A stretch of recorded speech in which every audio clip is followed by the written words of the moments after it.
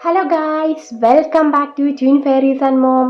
എൻ്റെ പുതിയൊരു വീഡിയോയിലേക്ക് എല്ലാവർക്കും സ്വാഗതം. അപ്പോൾ എൻ്റെ വീഡിയോ ആദ്യമായിട്ട് കാണുവാണെങ്കിൽ പ്ലീസ് സബ്സ്ക്രൈബ്.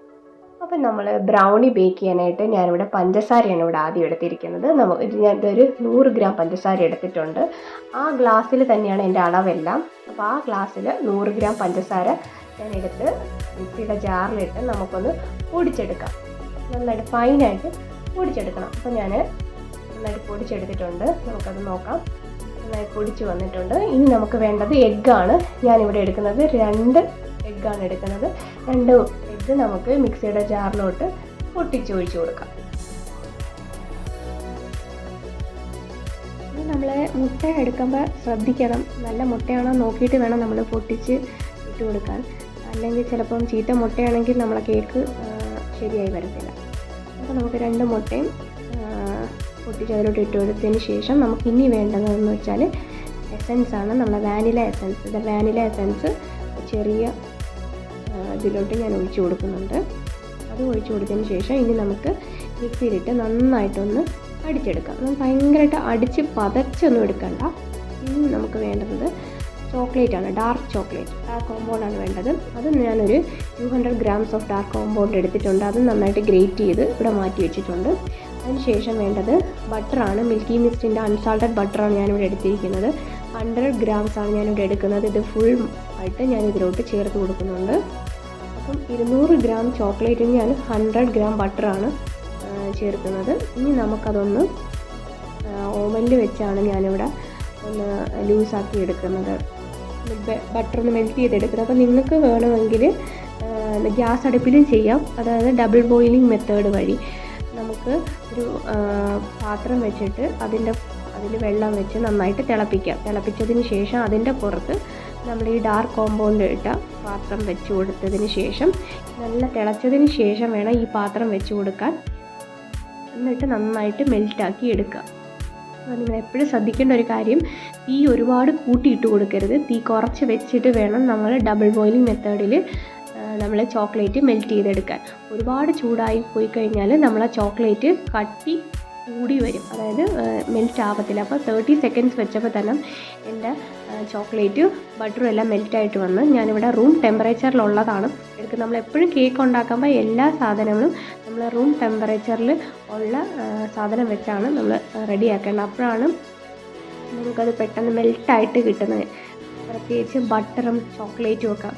ഇത് നമുക്കൊന്ന് നന്നായിട്ടൊന്ന് മിക്സ് ചെയ്തെടുക്കാം. കാര്യം നല്ല ലൂസ് കൺസിസ്റ്റൻസിൽ. അപ്പോൾ ഇനി ചെറുതായിട്ടൊക്കെ ഇനി കട്ടകളായിട്ടുള്ള ചോക്ലേറ്റ്സ് ഉണ്ടെങ്കിൽ അതും ഒന്ന് ലൂസായി കിട്ടാൻ വേണ്ടിയിട്ടാണ് നമ്മളിങ്ങനെ നന്നായിട്ടൊന്ന് ഉടച്ചു കൊടുക്കുക. ഉടച്ചു കൊടുക്കുമ്പോഴത്തേക്കും നമ്മളെ ചോക്ലേറ്റ് നന്നായിട്ട് മെൽറ്റായിട്ട് വന്നിട്ടുണ്ട്. ഇനി അത്രയും ചൂടോടുകൂടി നമ്മളിപ്പോൾ ഇത് ചേർക്കില്ല. നമ്മളവിടെ സൈഡിലോട്ട് മാറ്റി വെക്കണം. അപ്പോൾ നിങ്ങൾക്ക് കാണുമ്പോൾ തന്നെ അറിയാം നന്നായിട്ട് മെൽറ്റായിട്ട് വന്നിട്ടുണ്ട്. ഇനി നമുക്ക് വേണ്ടത് ഡ്രൈ ഇൻഗ്രീഡിയൻസ് ആയ മൈദയാണ് വേണ്ടത്. അപ്പോൾ ഞാൻ ഇവിടെ മൈദ ഞാനൊരു 200 ഗ്രാംസോളം മൈദ ഞാൻ ഇവിടെ എടുത്ത് വെച്ചിട്ടുണ്ട്. ഇനി നമ്മൾ ഒരു അരിപ്പയിലോട്ട് ഇതിട്ട് സ്ട്രെയിൻ ചെയ്തെടുക്കുകയാണ് വേണ്ടത്. ഇനി ഇതിലോട്ട് നമ്മൾ കൊക്കോ പൗഡറാണ് ചേർത്ത് കൊടുക്കുന്നത്. അപ്പം ഞാനിവിടെ ചേർക്കുന്നത് ഒരു 3 ടേബിൾ സ്പൂൺ ഓഫ് കൊക്കോയാണ് ഞാനിവിടെ ചേർക്കുന്നത്. ഇത് നമുക്ക് ഈ മിക്സിലോട്ട് ഇട്ട് കൊടുക്കാം. ഇട്ട് കൊടുത്തതിന് ശേഷം പിന്നെ നമുക്ക് 2 സ്പൂണാണ് ഞാൻ 3 സ്പൂണാണ് ഞാനിവിടെ ഇട്ട് കൊടുത്തത്. 3 സ്പൂൺ ഇട്ട് കൊടുത്തതിന് ശേഷം ഇനി നമുക്ക് വേണ്ടത് ബേക്കിംഗ് പൗഡറാണ്. അത് ഞാനൊരു 1/4 സ്പൂണോളം ഇട്ട് കൊടുക്കുന്നുണ്ട്. ബേക്കിംഗ് സോഡയുടെ ആവശ്യം നമുക്കിവിടെ ഇല്ല. ഇനി ഉപ്പാണ് ഇട്ട് കൊടുക്കുന്നത്. അതും ഒരു 1/4 സ്പൂണോളം ടേബിൾ സ്പൂണോളം ഇട്ട് കൊടുത്തതിന് ശേഷം അത് നമുക്ക് സ്ട്രെയിൻ ചെയ്തെടുക്കാം. ഇനി നമുക്ക് കേക്ക് വെക്കാനായിട്ടുള്ള ട്രേ റെഡിയാക്കാം. അപ്പോൾ അതിന് ഞാൻ കുറച്ച് ബട്ടർ തേച്ച് കൊടുക്കുന്നുണ്ട്.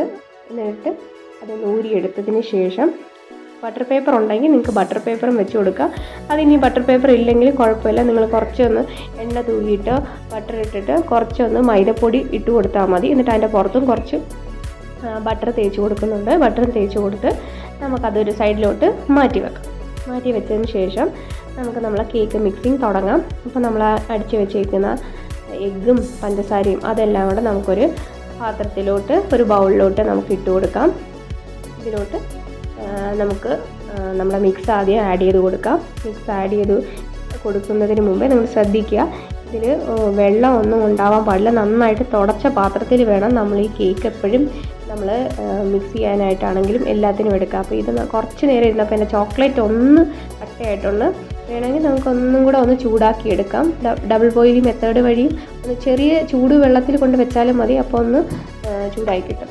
അത് നന്നായിട്ട് മെൽറ്റായി പെട്ടെന്ന് വന്നോളും, കുഴപ്പമൊന്നുമില്ല. അപ്പോൾ നമുക്കൊന്ന് മിക്സ് ചെയ്തെടുത്താൽ മതി, വേറെ പ്രോബ്ലം ഒന്നുമില്ല. അപ്പോൾ ഞാൻ നന്നായിട്ടൊന്ന് മിക്സ് ചെയ്തെടുക്കുന്നുണ്ട്. അപ്പോൾ മിക്സ് ചെയ്തപ്പോൾ തന്നെ നല്ല ലൂസ് കൺസിസ്റ്റൻസിയിൽ എത്തിയിട്ടുണ്ട്.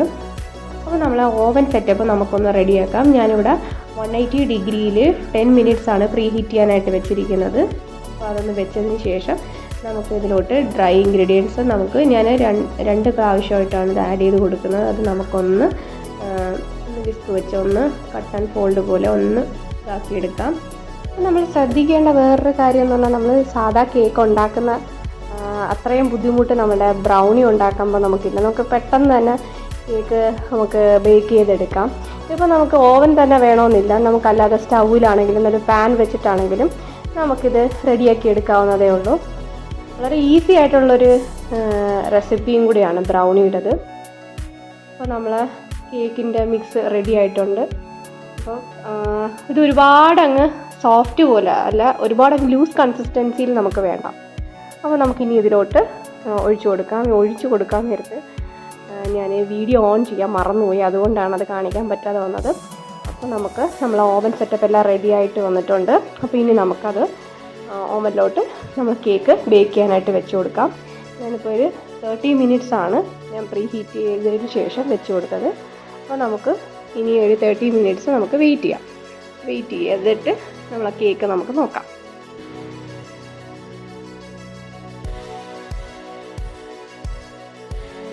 അപ്പോൾ ഒരു 30 സെക്കൻഡ്സ് ആയപ്പോൾ ഞാനൊന്ന് വന്ന് നോക്കി. അപ്പം നമ്മളെ സമയമായപ്പോൾ ഞാൻ ഒന്ന് കേക്കൊന്ന് ഓപ്പൺ ചെയ്ത് നോക്കാം. അപ്പോൾ നല്ല പൊട്ടിയൊക്കെ വന്നിട്ടുണ്ട്. നമ്മളെ കേക്ക് നല്ല ക്രാക്കേഴ്സൊക്കെ വീണിട്ടുണ്ട്. ക്രാക്കേഴ്സ് വീഴുമ്പോൾ തന്നെ കേക്ക് നല്ല സെറ്റായിട്ടുണ്ടാണ്. അപ്പോൾ ഞാൻ നോക്കിയപ്പോൾ കുറച്ചും കൂടെ ഒന്ന് വേവാനുണ്ട്. അപ്പോൾ ഞാനൊരു 50 മിനിറ്റ്സും കൂടെ ഒന്നും കൂടെ വെച്ച് 50 മിനിറ്റ്സും കൂടെ വെച്ചപ്പോൾ നമ്മളെ കേക്ക് നല്ല ബേക്കായിട്ട് വന്നിട്ടുണ്ട്. ഒരു സ്റ്റിക്ക് കൊണ്ട് നമുക്ക് നോക്കാം.